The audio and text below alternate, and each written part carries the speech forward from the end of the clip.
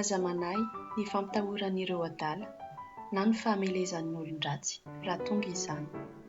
Fa ny tompo no ho tokinao ka hiaro ny tongotrao tsy ho voafandrika.